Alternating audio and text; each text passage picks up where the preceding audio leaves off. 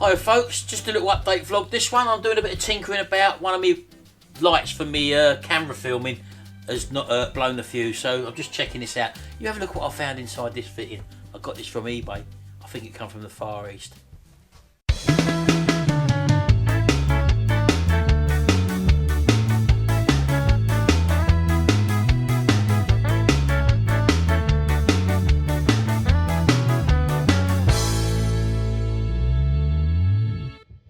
Right, well, as I say, I've got this light. Let me show you what it is.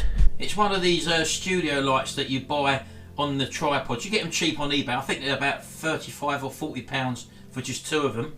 And inside them, they've got four of these sort of daylight bulbs. As you can see, I've taken the head of it off here, configured, just sort of pointed outwards, and then you have the big shade over the top of them. Well, as I say, it didn't work yesterday. It's got two switches on the back there, as you can probably see. You turn one switch on, two of the lights come on, then you turn the other switch on and the other two lights come on. It's also got a 3 amp, which says it's a 3 amp, it's actually a 5 amp. I've looked inside there and it was a 5 amp fuse that was in there, although it's marked up as a 3 amp. And the one in the plug top is actually a 3 amp fuse.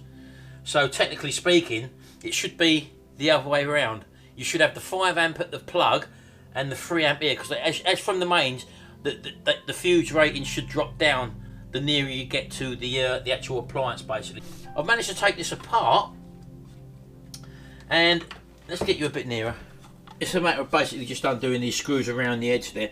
But when you wire up a normal bulb, you know, your normal bayonet bulb, it doesn't really matter which way round you have the live and neutral. But with these, what they call Edison screwed lamps, which is basically that fitting there, as you can probably see, the middle terminal is always the live terminal, not the outside. That's normally the negative. So the middle terminal is always the live terminal, or it should be anyway. And as you can see in there, the middle terminal right down in the middle there, I haven't got this plugged in at all, never put this screwdriver in any light fitting, but that's normally the live terminal, and the one around the outside is normally the neutral. Now it's only a 2 core flex coming in, and what should happen is that normally you take the neutral and you link them up to the outside of the negatives there, and the live cable coming in you normally put through the switches, so you're switching the live, so that when you throw your switches on, that center terminal then becomes a live, as it's the live terminal. What they've actually done here, I don't know whether you can actually see inside there or not, the cable coming in, this one here, the live cable, which is the brown, they've gone straight onto the terminal, which is the middle terminal, coming straight in from your plug. So that is alive all the time. And the neutral, they've gone through the fuse, and then they've gone through the switch. And then when you switch the switches on, it would, by having that together like that and turning the lights on and off, that would still operate on, off, on, off. Your lights would come on, lights would go off, that's fine. But normally, when it's off, in the off position, not that you would do, but you should be able to put your hand in there and touch that, being it dead, because they switched the live off. In here, coming straight from the plug, the live is going straight to the live terminal. So if you accidentally put your hand in there or touch something in there, even though you've turned the switches off, still got a live going to it. So that is very, very dangerous, and definitely not the specification. And there's no, well, it's got a CE mark on it, look, so there you go. But as I say, the wrong fuse in it. I bought these brand new, don't forget. And it's also got a permanent feed going to the centre of these ES lamps, and they're switching the negative, and that is actually absolutely terrible. And this is why you shouldn't mess about with electronics or electrics if you don't know what you're looking at, because you can kill yourself. So I've also got this light fitting, which they come as a pair, and I'm going to have to take this apart now and change the wiring around to make this correct as well, because this one you can guarantee is going to be exactly the same. Let's have a look at this. Look, just look at this. Look, you can tell this ain't probably legit. It's called, this thing is called a super lamp holder. A super. What makes it super? And look, it's even got the code name there. You could quote SLH3. Super lamp holder 3. Fantastic. Unbelievable. I doubt if that is an original marking. That shouldn't be there. I don't think this has passed any test whatsoever. And I've actually made a decision. And look at this bare conductor there. Look, that conductor there. When I turn, if I change that around, put the live going through the fuse as it should be, and then this becomes alive, this cable, and I'm not happy with that. So I'll tell you what I'm going to do. I'm going to bin these. I'm going to get rid of them. They're absolutely useless, and I'm going to get myself a new pair.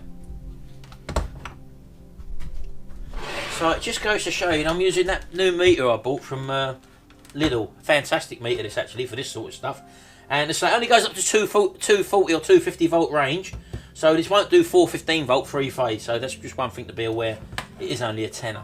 What I actually done when I come out here to start work, I'm starting work on my new 2 little cars here. Look, you're going to see these at different times obviously. I've got this little Porsche, which I'm going to be restoring. I'm not going to put it back to brown. I don't think a Porsche should be brown. It should either be red or black in my eyes. So I'm going to probably do that one black. That little Porsche there, little matchbox car. And I've just realised something else as well. I didn't realise that before. It's actually got a broken pillar there. Look on the front there. Look, so I'm going to have to glue a bit in there. That one's on that side. Is that on? Yeah, that's okay. That thing that one's fixed. So I'm going to put a little pillar in there like I did before.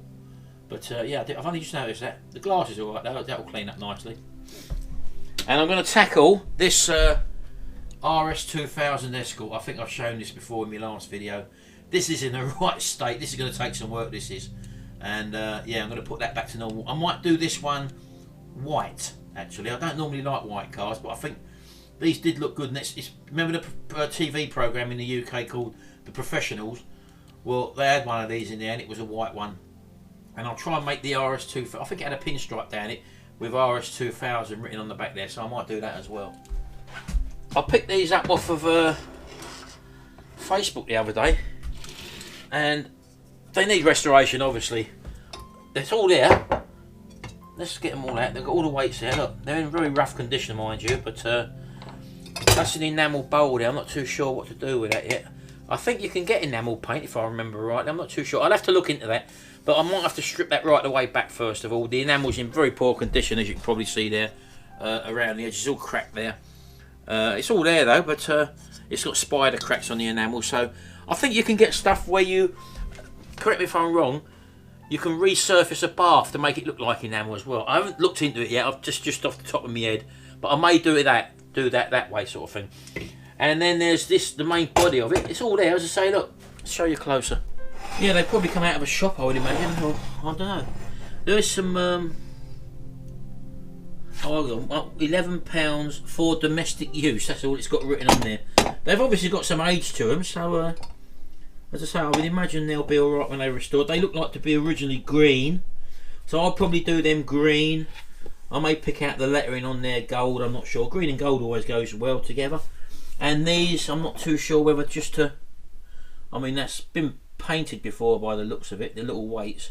And I can't see any of the writing on them at the moment, although they're obviously marked up. Or it could have been silver.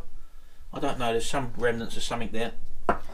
8 ounces, they're the old imperial weights obviously. It looks like they were silver originally. Look, there we go. Did that go silver or could I do them gold and black? I'm not sure. I was thinking about doing them black with maybe gold lettering or maybe a gold insert there. I'm not too sure, so I'll think about that nearer the time. But I think I will keep it green. Green, gold and black I think will go well. But yeah, that's coming up shortly on my Retro Hats channel as well. So yeah, I've got a few things to do, but as I say, always be wary with electrics. That's why I never really show doing any electrical repair, definitely on mains voltage. I always do sort of car voltage, 12 volts and stuff like that. Although that can be just as dangerous, because the lower the voltage, the current goes up, and that's what's the killer, the current. That's why high voltage, things like power lines going across, they've got such a high voltage going through them. That's to keep the current low, because when you've got big current, you need big cables. So that's why they shoot the current going through the pylons that you see crossing the country. They're very, very high voltage, which means you've got very, very small current. That's what normally happens, because current is inversely, or not directly proportional. It's directly proportional to voltage. So one voltage is higher, current goes down.